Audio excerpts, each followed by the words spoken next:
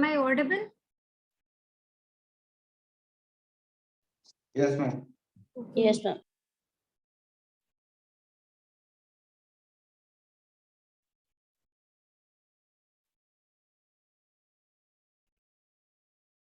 अंकित, अंकित, Yes, ma'am. अंकित एक role list भेज दीजिएगा मुझे एक्सेल शीट में अपने क्लास की। Okay, ma'am. ओके। कितने टाइम तक भेज दें मैम? आज ही भेज दें अभी? आज भेज दीजिएगा, कभी भी भेज दीजिएगा, आज शाम तक भेज दीजिएगा। मैं पूछ रही हूँ सारे बच्चे आते हैं Okay. क्लास में 16 जितने हैं? नहीं मैम, सारे तो नहीं आते हैं, और वही 11-12 रहते हैं।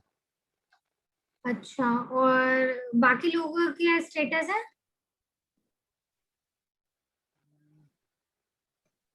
मैम, अब और कोई क्लास हो नहीं रही है ना मैम? और कोई क्लास नहीं हो रही है? No ma'am. सबका सिलेबस हो गया है क्या? नहीं मैम, अच्छा अभी नहीं हुआ है। अच्छा, मैं ये पूछ रही हूँ जब ऑफलाइन क्लास चलती थी तो वो बच्चे आते थे या नहीं आते थे? तब भी नहीं आते थे? नहीं मैम, स्टार्टिंग में आते थे, अभी एक ही ये आपकी क्लास होती है बस। नहीं नहीं, जब ऑफलाइन क्लास चलती थी, जब आप लोग कॉलेज आते थे, तब वो बच्चे आते थे 16 जो थे? हाँ हाँ हाँ, 16 के 16 आते थे सब। तब आते थे तभी। 16 के 16? अच्छा। Yes ma'am.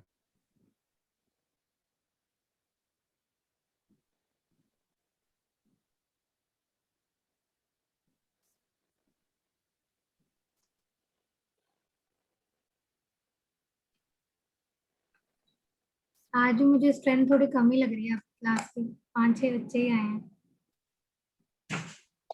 यस मैम, आज ज्यादा कम है। सो एनीवेज, ये आपका लास्ट टॉपिक है text mining and it's very short topic from the syllabus. अगर आप अरुण के पुजारी बुक में देखेंगे तो मैंने बुक का पीडीएफ डाउनलोड कर दे रखा है, आप लोग को गूगल क्लासरूम में भी अपलोड किया है, वहीं से आपके सारे कंटेंट डिसाइडेड है। तो web content mining is very similar to your web, text mining is very similar to your web mining. Basically text mining is a part of web content mining, जहाँ पे हमने कंटेंट्स की बात करी थी कि जितने भी कंटेंट्स अवेलेबल हैं उनके अगर हम माइन करते हैं तो वो वेब कंटेंट माइनिंग हो जाता है। पर अगर वो कंटेंट्स जो है पर्टिकुलरली टेक्स्ट टाइप के हैं, टेक्स्ट टाइप मीन्स अगर वो डॉक्यूमेंट फॉर्मेट में है, रिटन रिटन स्ट्रक्चर्ड फॉर्मेट में है, तो हम उनको जो टेक्निक सप्लाई करते हैं that is text mining techniques. ठीक है, तो हम वहाँ पे टेक्स्ट माइनिंग अप्लाई करते हैं। So usually the amount of the information obviously increasing day by day. So we have lots of documents available on the on the web, and each and every day a new document will be created. Okay, if you talk about Wikipedia, or if you talk about blogs, if you talk about articles, newspaper, e-newspapers, and all these things, they are all written documents. Okay, so by using a written document, if you want to extract something, अगर कोई चीज आपको find out करनी है तो it's hard to find. ठीक है, because on the very same topic there are so many articles, but you have to find the relevant one. To find out the relevant one, the text mining will come into the existence. So what text mining will do, it will first convert unstructured data to the structured format. Okay, तो अगर कोई भी आपका unstructured format like एक paragraph भी लिखा हुआ है और अनस्ट्रक्चर्ड वे में लिखा है, तो बाय यूजिंग टेक्स्ट माइनिंग क्या होता है, उसको कन्वर्ट करते हैं स्ट्रक्चर फॉर्मेट में, so that you come to find out what is noun, adjective, prepositions. ठीक है, so we aggregating the data on the basis of this, so we make a hierarchy or sometimes we make a parse tree. Parsing you have seen, आप लोगों ने compiler पढ़ा है? Compiler पढ़ा है आप लोगों ने? अरे भाई आप लोग रिप्लाई नहीं करते, पता नहीं कहाँ है।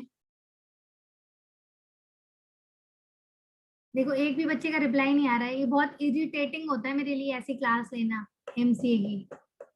इससे बेटर तो बीटेक वाले ही लगते हैं मुझे। पार्सिंग पढ़ी है आप लोगों ने? Parse tree, parsing.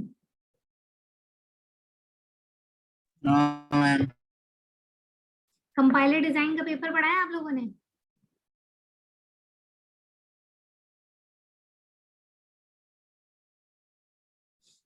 एनीवेज नहीं पढ़ाया तो भी कोई बात नहीं।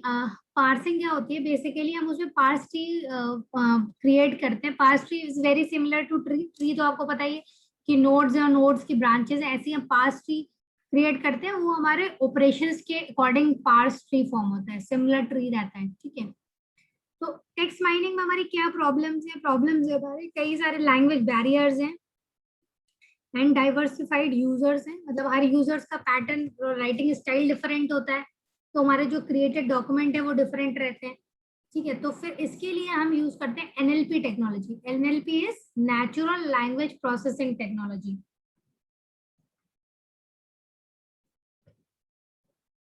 तो एनएलपी जो अप्रोचेस है वो बेसिकली आपके क्या करती हैं, आपके टेक्स्ट डेटा को कन्वर्ट कर देती हैं एक स्ट्रक्चर्ड वे में, और उसके बाद हम क्या करते हैं, डेटा माइनिंग की टेक्निक सप्लाई कर देते हैं। तो ये जो कंबाइंड प्रोसेस है एनएलपी प्लस डेटा माइनिंग का, वो हमारा बन जाता है टेक्स्ट माइनिंग। और as the name suggest it only works for text, ठीक है। तो if you ask for a certain question you have to find out the answer, so many documents will be scrolled and based upon your relevant query these all structure will be formed, ठीक है। वो सारे बनाए जाएंगे और उसके बाद if the relevant document comes and that will appear at the very first, okay। So what we are doing ranking, we are doing structuring, we are doing making parse trees, we are dividing the data to the structured format. So all these things are can be done in the background format, and finally you get the most appropriate data. And this is all about your text mining part. So is the text mining is the extraction of interesting information from the patterns from the structured data. Okay. So data mining, as we know, is extraction of the information and hidden information. Okay. So usually what happens, 80 to 90% of the all data is held in various unstructured format. So most of the data is your unstructured data. So useful information can be derived from this unstructured data. We have to find out the information from unstructured data. And intelligence in the text mining is based upon NLP technologies. So what is NLP doing? NLP is pre-processing techniques. It converts your data into certain understandable format. Okay. So it will convert your unstructured data to the structured format. Okay. So what is a text mining? It's basically NLP plus data mining. NLP is your statistical techniques and data mining is your pattern discovery techniques. First, what do? First, you convert your data into the structured format, and from the structured format, you apply the data mining techniques and you get the relevant result. So the combination of NLP and data mining is called your text mining. So there are much more interrelated fields. First one is the information retrieval field. What is the information retrieval? Information retrieval is basically indexing of your data. ठीक है, हमें automatic retrieve करना है data को based upon the indexing, ठीक है। तो जितने भी डेटा का कलेक्शन है उनका क्लासिफिकेशन और कैटेगराइजेशन जो होता है वो आपका लाई करता है इंफॉर्मेशन रिट्रीवल का पार्ट, ठीक है। You are retrieving the information, okay, and for the retrieving the information you need indexing. So all these are done in the information retrieval. So this is related to text mining because we are involving some text mining, okay. We are going to do text mining, and before doing text mining information retrieval is needed. That you need indexing of the data, and one is information extraction. Information extraction is basically extracting the relevant information. You find the relevant information. Here what you are doing in the information retrieval, you are doing the indexing of the data. Here the semantic is involved, ठीक है। यहाँ पे meaningful data आपका extract होना चाहिए कि आप जो डॉक्यूमेंट एक्सट्रैक्ट करें, सपोज उसमें वो डॉक्यूमेंट उसमें वो पर्टिकुलर वर्ड बहुत बार अपीयर हुआ है, पर अगर वो डॉक्यूमेंट का मीनिंग रिलेवेंट नहीं है तो इन्फॉर्मेशन एक्सट्रैक्शन फुलफिल नहीं हुआ। तो information extraction is extraction of relevant document, ठीक है। तो it's also information extraction is also pre processing task of text mining, कि आप पहले जो है रिलेवेंट डॉक्यूमेंट फाइंड आउट करिए, उसके बाद उसमें से हिडन इंफॉर्मेशन को एक्सट्रैक्ट कीजिए। One more related area is computational linguistics. Computational linguistics are basically applying the algorithms, ठीक है, कुछ एल्गोरिथम कंप्यूटर की अप्लाई करके जब आप उसको प्रोसेस, एनालाइज और पैटर्न्स फाइंड आउट करते हैं तो उसे कंप्यूटेशनल लिंग्विस्टिक्स कहते हैं, ठीक है। ये जैसे आपकी स्पीच टैगिंग एक पार्ट है, ठीक है। स्पीच टैगिंग के अलावा finding out the parts of speech, finding out the hierarchy of the subject, sentences, ये सारे भी आपके क्या आते हैं, कंप्यूटेशनल लिंग्विस्टिक्स का पार्ट होते हैं, कि जहाँ पे कंप्यूटर्स क्या है, उसकी एबिलिटी होती है उसे प्रोसेस करे, एनालाइज करे और पैटर्न को फाइंड आउट करे। तो ये तीनों जो आपकी फील्ड्स हैं वो टेक्स्ट माइनिंग से रिलेटेड ही हैं। एक इंफॉर्मेशन रिट्रीवल, एक इंफॉर्मेशन एक्सट्रैक्शन और दूसरा है कंप्यूटेशनल लिंग्विस्टिक्स, ठीक है। तो ये तीनों कहीं ना कहीं आप जब भी टेक्स्ट माइनिंग अप्लाई कर रहे हैं तो ये तीनों यूज होंगी, क्योंकि हमें पहले अनस्ट्रक्चर्ड डेटा को स्ट्रक्चर्ड में कन्वर्ट करना है। दैट्स वाई ये तीनों चीजें क्या है, वो इंटर रिलेटेड हैं। So now come to the process of text mining. So this is the process. First we'll do text processing, pre-processing. In text pre-processing, what we do? We use the syntactical and semantic text analysis. Syntactic means the word that is written as it is.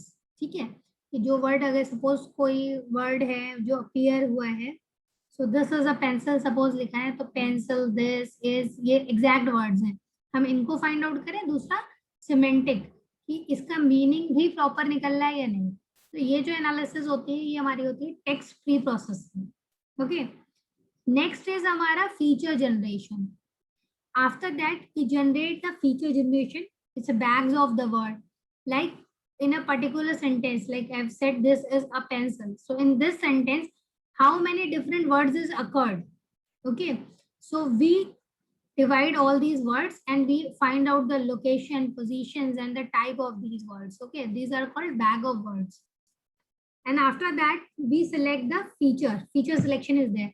A simple counting and involving the statistics, like how many nouns are present into the sentence, how many type of adjectives present into the sentence, what is the preposition. So all these, counting the different words and applying some statistics, some statistical technique like finding the distance from one word to another word like this, and they are similar or not. So this is your feature selection phase. And after you selected the features, you apply the data mining, okay. So data mining is basically classification and clustering. Classification, we have studied decision tree, okay. So finally we make a tree. And clustering, I've told you so many times, we don't have a predefined classes, but based upon the features, you are finding the local clusters. So that is the clustering technique. And after classification and clustering, we'll analyze the result.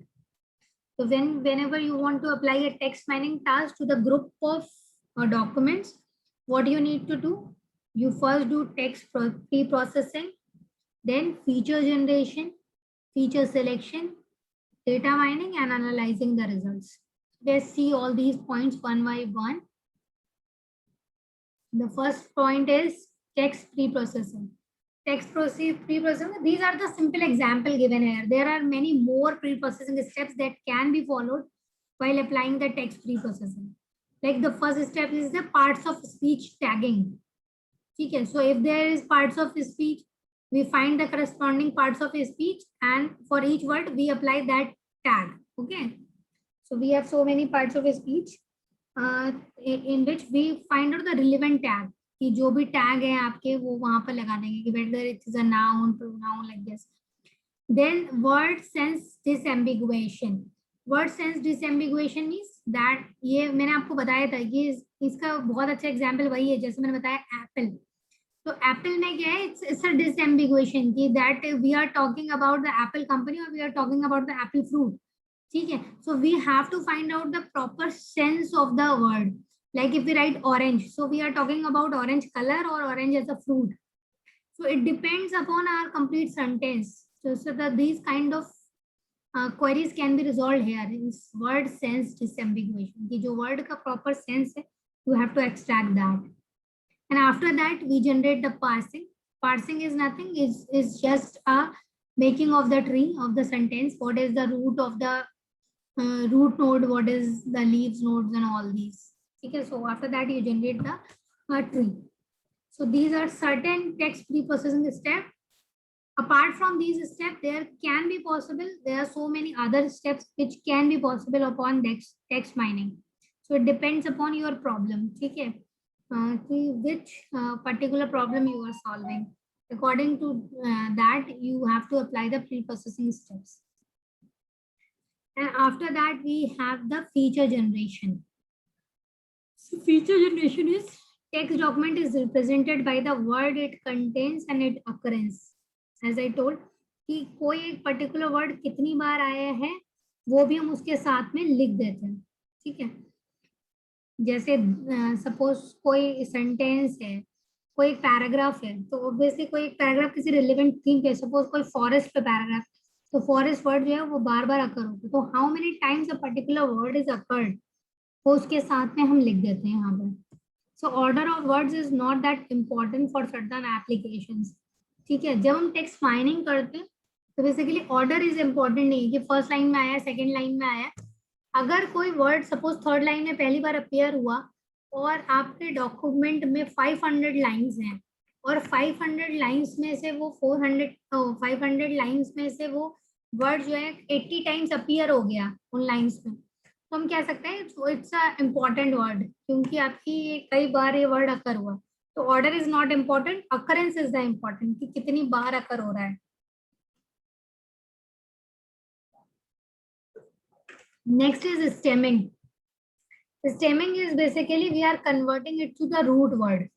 Root word, जैसे suppose informing is there, information is there, informer is there. All these words are derived from a single word and that is information.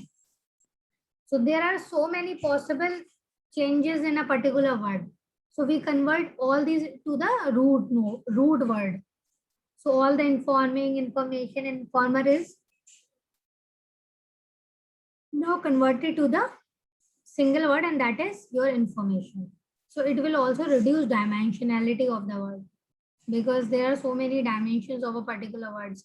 Whether the particular word is used as a noun or sometimes uses as an adjective, same words. Okay? By using something else, you can make it, you can change the words. Huh? So in English, it is possible. So by converting to the root nodes, you are doing the kind of stemming things.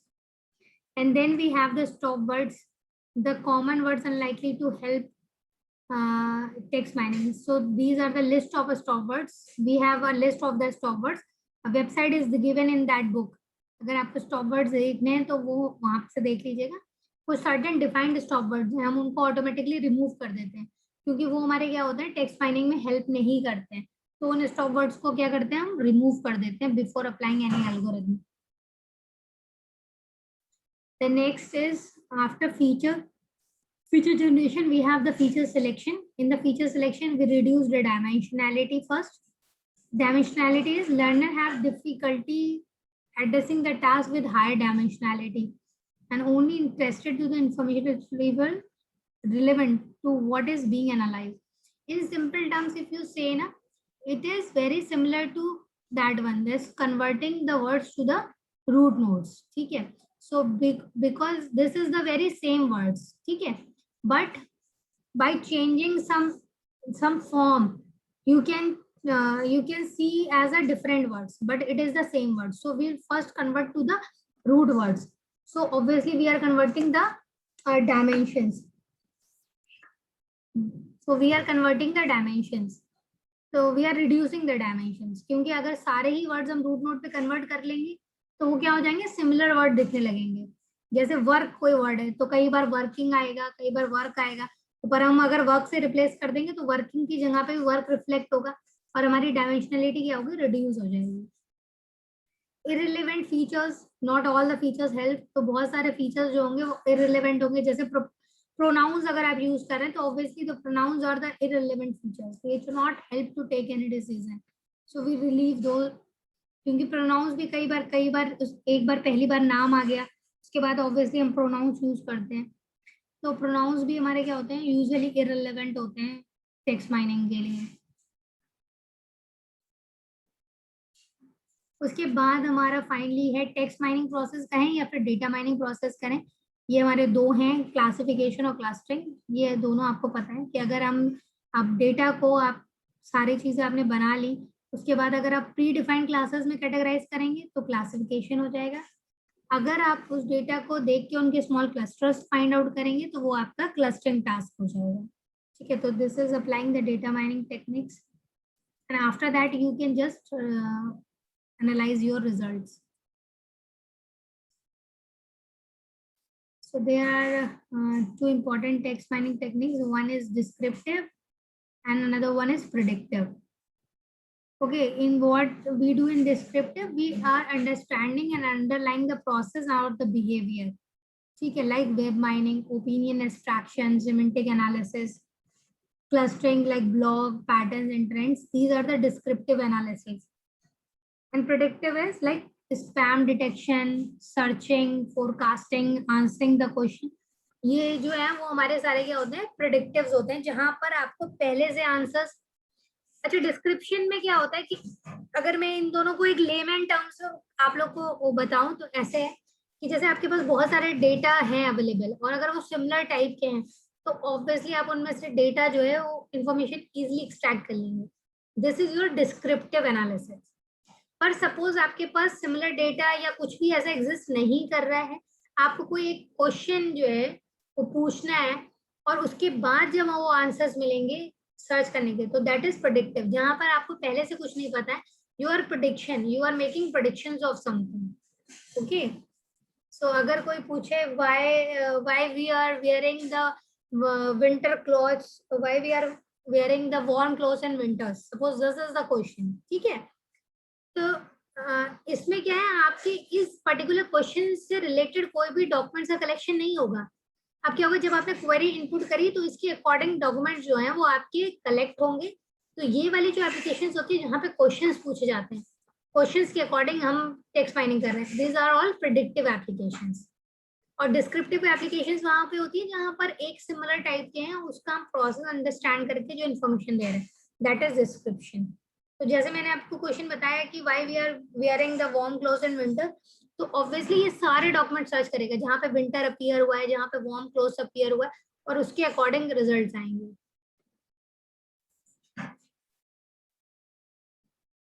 So there are certain challenges also.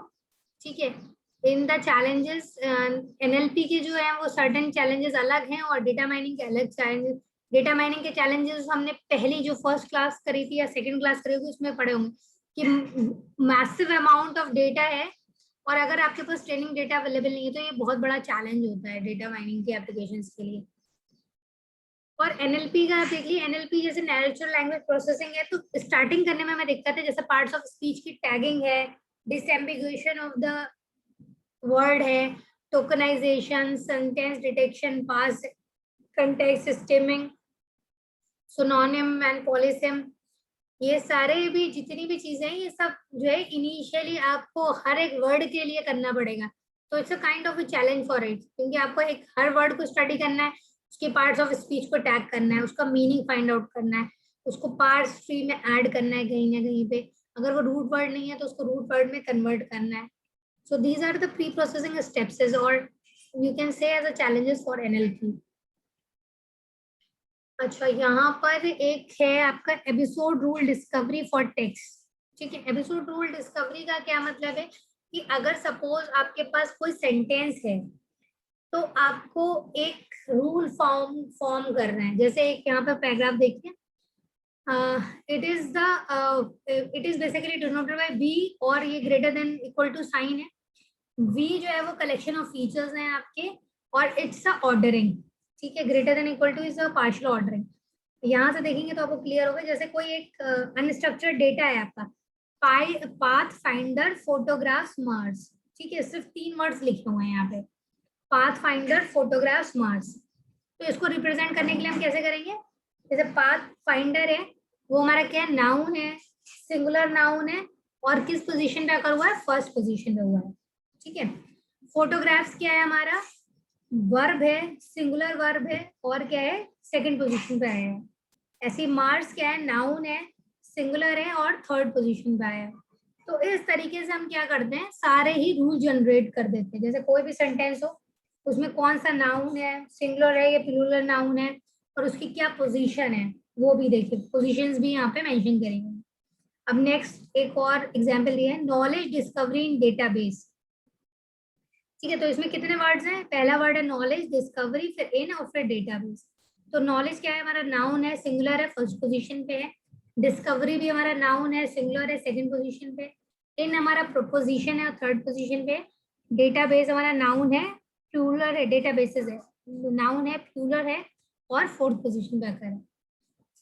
तो it's a kind of pre processing task. ठीक है, तो ये जो आप देख रहे हैं, ये प्री प्रोसेसिंग हो रही है हमारे किसी भी, ऐसे आपके पास कोई भी पैराग्राफ हो तो उसमें क्या करेंगे, हम ऐसे ही सारे रूल्स जनरेट करेंगे कि हम वर्ड लिखेंगे, उसके बाद उसकी पार्ट्स ऑफ स्पीच लिखेंगे कि किस टाइप का है, और उसके बाद उसकी अकरेंस मतलब लोकेशन क्या है उसके पर्टिकुलर पैराग्राफ में। उसके बाद होता है हिरार्की ऑफ द कैटेगरीज। फिर आपने जब ये टैगिंग कर ली तो based upon the tagging you can find out the hierarchy. ठीक है, कि आपका जो है कौन सा लोअर नोड पे है, कौन सा हायर नोड पे। You just make a hierarchy of category is just generating the parse tree, है ना। To find out the top down approach, what is a root node, what is a child node. ठीक है, then for the text clustering, text clustering को find out करने के लिए we are calculating the Hamming distance, और you can call it Euclidean matrix. ठीक है, तो अगर आपको n क्लस्टर्स फॉर्म करने हैं, तो डिफरेंट क्लस्टर्स हैं, तो उन क्लस्टर्स के बीच में हम विल फाइंड द डिस्टेंस। ठीक है, और जब हमारे सिमिलर काइंड ऑफ के होंगे तो वो इक्विवेलेंट डिस्टेंस कम होगा तो वो एक ही क्लस्टर में लाई करेंगे, अगर इक्विवेलेंट डिस्टेंस ज्यादा होगा तो वो डिफरेंट क्लस्टर्स में लाई करेंगे। और जो हमारे क्लस्टर्स होने चाहिए वो डिसजॉइंट होना चाहिए, जैसे सी के और सी एल जो है वो डिसजॉइंट क्लस्टर्स होंगे। अगर वो डिसजॉइंट नहीं है तो हमको मर्ज करके एक क्लस्टर बना देंगे सी के एल। ठीक है, और मर्ज करने के लिए आपको ये दे रखा है main I J equal to V I J x1। ये बेसिकली फॉर्मूला है आपका इक्विवेलेंट डिस्टेंस को कैलकुलेट करने का। ठीक है, उसके बाद आपका एक और टॉपिक है स्कैटर एंड गैदर।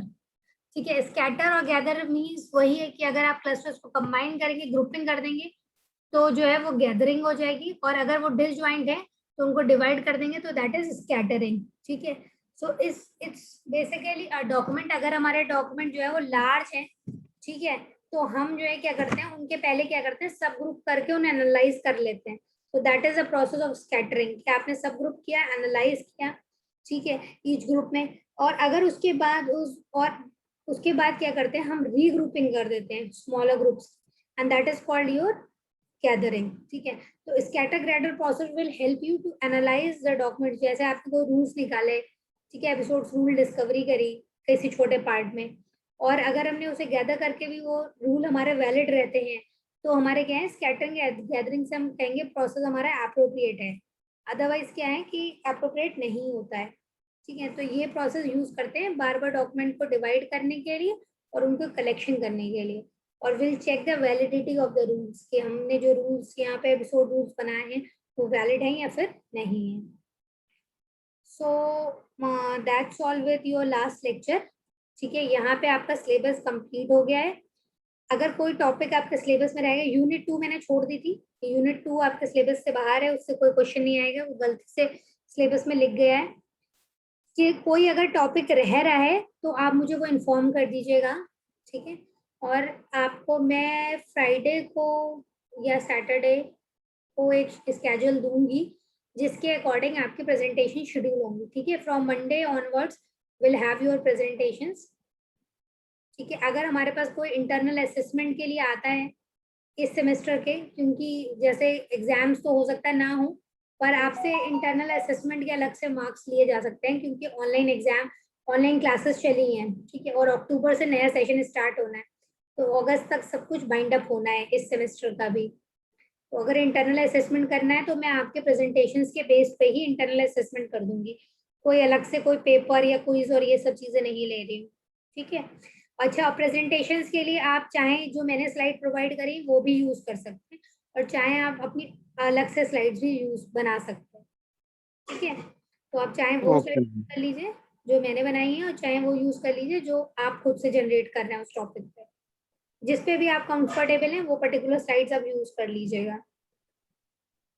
किसी ओके को मैम। कोई और क्वेरी है तो पूछ सकता है।